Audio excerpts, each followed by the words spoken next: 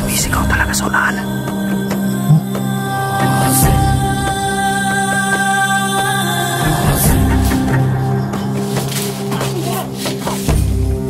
Yung mga idol na sobrang init.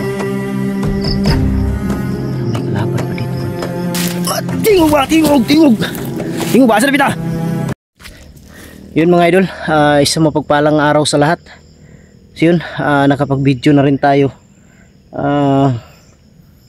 Dahil nagpapahinga ako kanina mga idol. Buti na lang nakahanap ako ng pwede nating mapagpahingahan na di tayo mainitan. Kaya nagpahinga muna ako dahil kagabi hindi talaga ako nakatulog mga idol. Dahil yung tinulugan ko sobrang daming lamok at isa pa ang daming nagro-rubing. Hinahanap nila ako mga idol dahil sobrang galit na galit sila dahil sa tatlong kasamahan nila na napaslang ko daw, pero hindi ako ang may gawa nun kundi si Lolo na nag-anyong bata. Kaya ako'y nagpapasalamat sa tulong ni Lolo dahil kundi dahil sa kanya nabihag na ako mga idol. Dahil na corner ako, bigla silang sumulpot, gumamit sila ng tagulilong. Buti na lang na hindi pumutok yung baril na pagbaril nila sa akin. Kaya lubos ang aking pasasalamat sa mutya na binigay ni Lolo. Nandito sa aking bulsa, dala-dala ko. Minsan umiinit, hindi ko alam kung bakit. Sobrang init, parang mapapasok yung yung balat mo.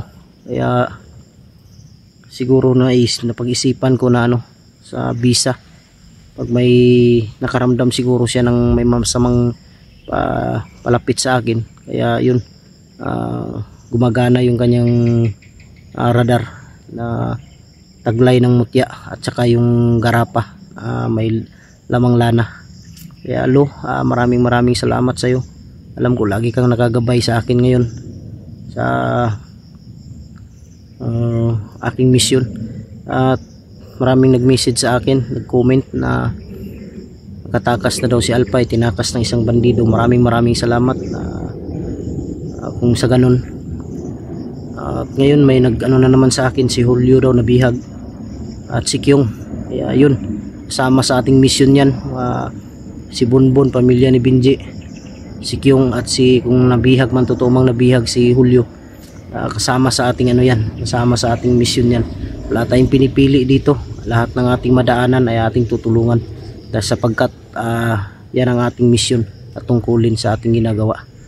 Kaya ako'y nagpapasalamat ng lubos sa inyong lahat mga idol, sa lahat ng walang sawang sumuporta mula noon hanggang ngayon, especially sa lahat ng mga solid supporters natin, silent viewers at mga OFW. Maraming salamat sa inyong lahat. Utang ko po sa inyo yung kung ano ako meron, kung ano ako ngayon. Dahil kung wala kayo, hindi ko mararating ang gusto kong marating na ganito, pagiging isang vlogger. Hindi naman tayo masyadong kilala, small YouTuber lang ako, pero ako'y nagbibigay ng saya sa inyo. Siyempre sa Panginoon, dahil lagi tayong ginagabayan sa bawat misyon ng ating ginagawa. Maraming salamat. Shout out sa inyong lahat. Hindi ko na lang muna isa-isahin dahil medyo malapit na ring dumilim. Kailangan nating makahanap ng kailangan nating makita agad kung sino yung una nating makikita na kailangan i-rescue.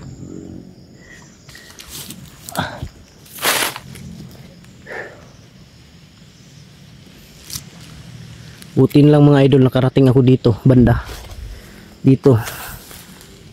Buti na lang may dyan ako natulog kanina habang nagmamasid din sa paligid. Safety naman, hindi naman ako nainitan. Salamat ako dahil nandyan yan, dahil kung wala sobrang talaga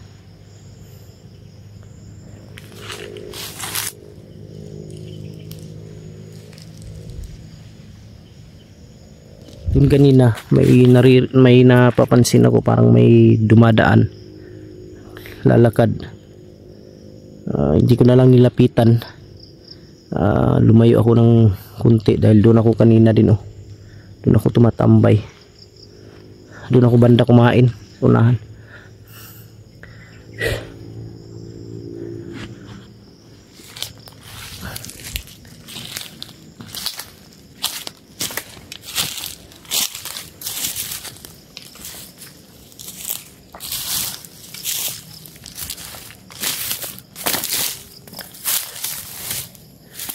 Ilan tayo pwedeng kumpiyansa dahil nahunting talaga nila ako.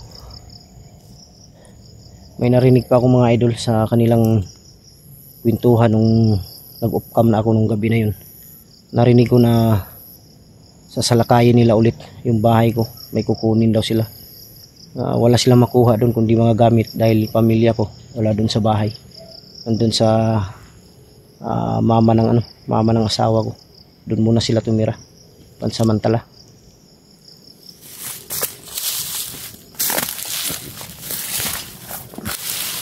Yan, malaking pasasalamat ko dyan dahil kahit papaano nakatulog ako ng maayos dyan kanina.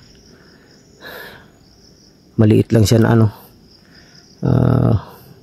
importante hindi ako na ng sikat ng araw. Kala ko kanina uulan.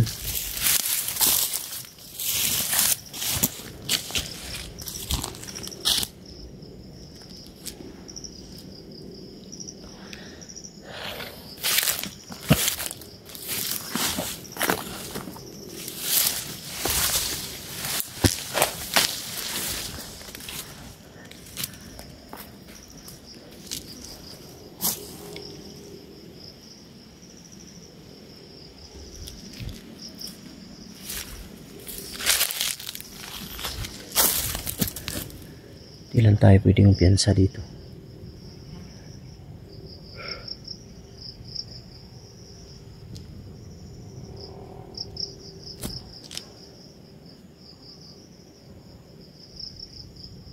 Sabi ni Lolo sa akin mga idol, nasa area ka, huwag lang masyadong magmadali dahil kailangan mo pag-aralan yung bawat galaw ng kalaban. Kung may makita kang bihag na kailangang i-rescue, kailangan mong pag-aralan kung paano gawin. Parang may sumigaw mga idol.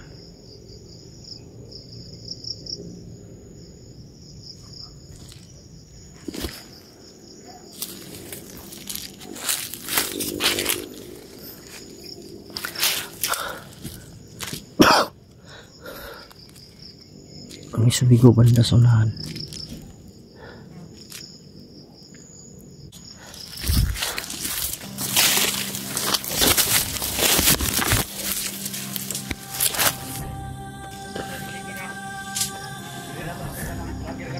Damay. Muntik pa ako makita.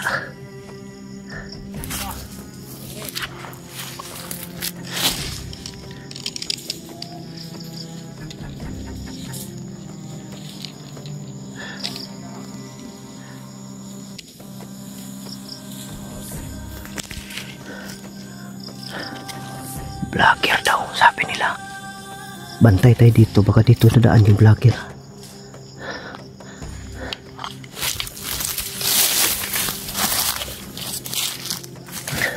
Pandamay, muntik pa ako makita. Parang dyan yata sila kung nagtatago sa unahan.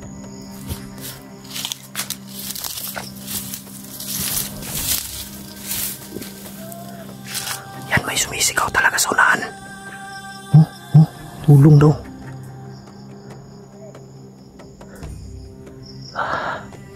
Tulong daw. Pandamay.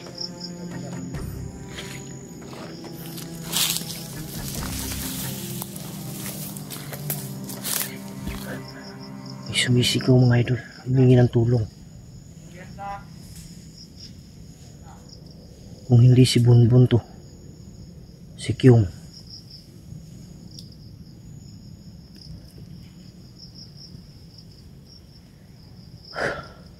Kailangan ko silang sundan mga idol. Malaman ko kung saan saan ang punta nila.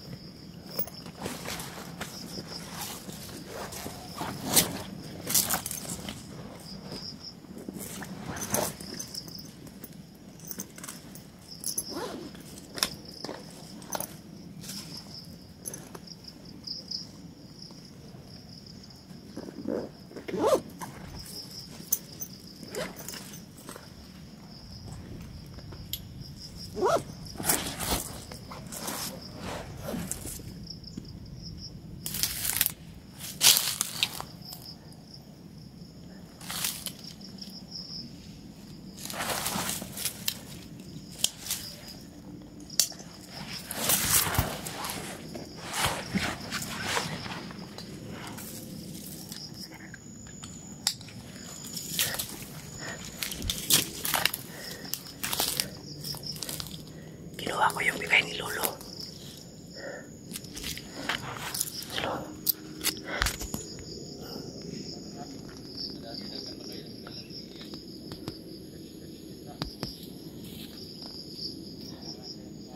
Nakalero to sila.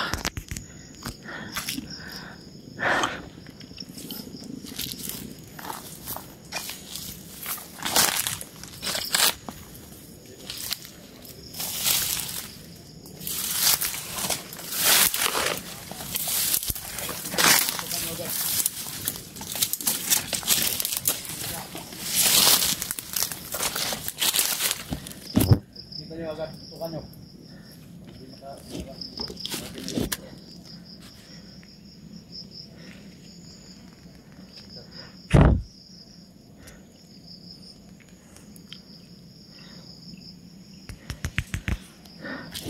Bababa ako dyan. Kailangan ko dumaba dyan.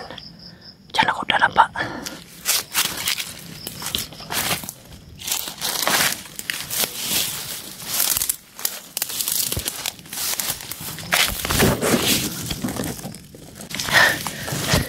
Nandyan parang sila mga idol.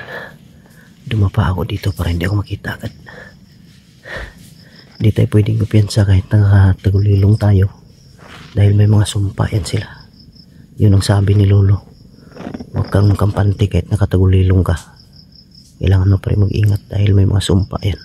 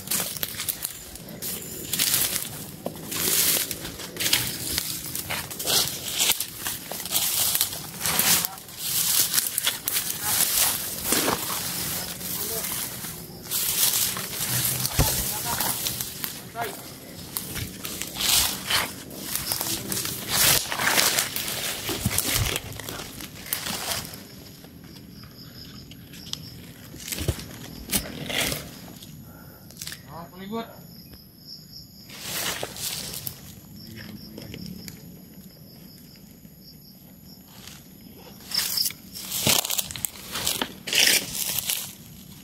Gagamitin.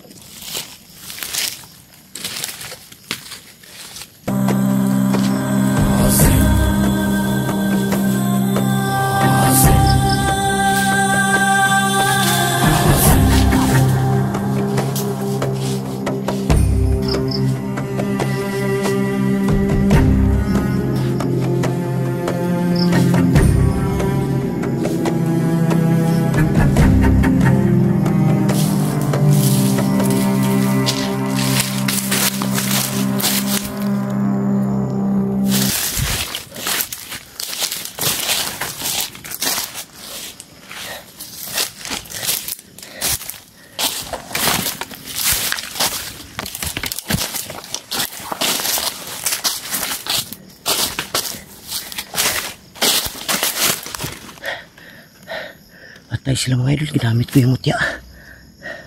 Sobrang lakas. Parang kinukurente yung tinatamaan. Nangingisa yung katawan. Salamat talaga lo sa binigay mo. Sobrang lakas.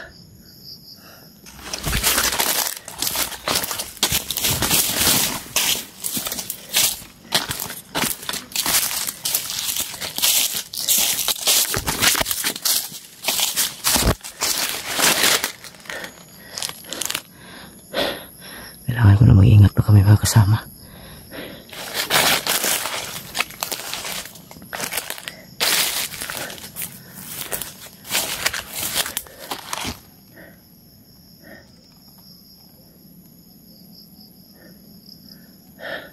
Kanina pa yung sumisigaw mga idol.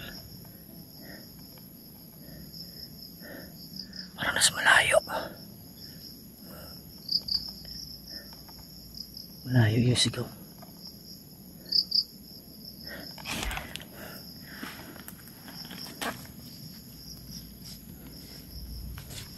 Hindi ko makapaniwala sa taglay nito. Sobrang lakas. Orasyon ko mga idol tinamaan. Nang isa yung dalawa parang kinurinti.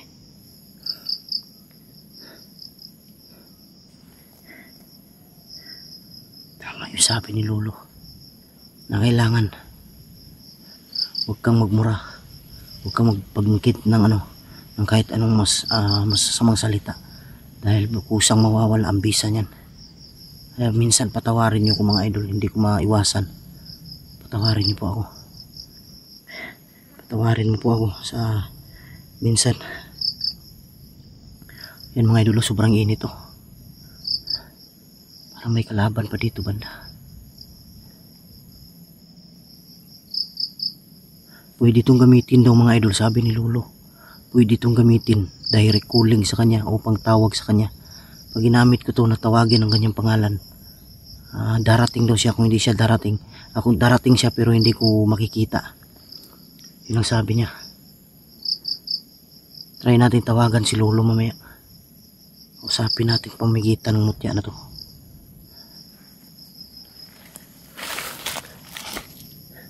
Kailangan na kayo dito banda. Sobrang init oh. Naramdaman ko sa sa balat ko.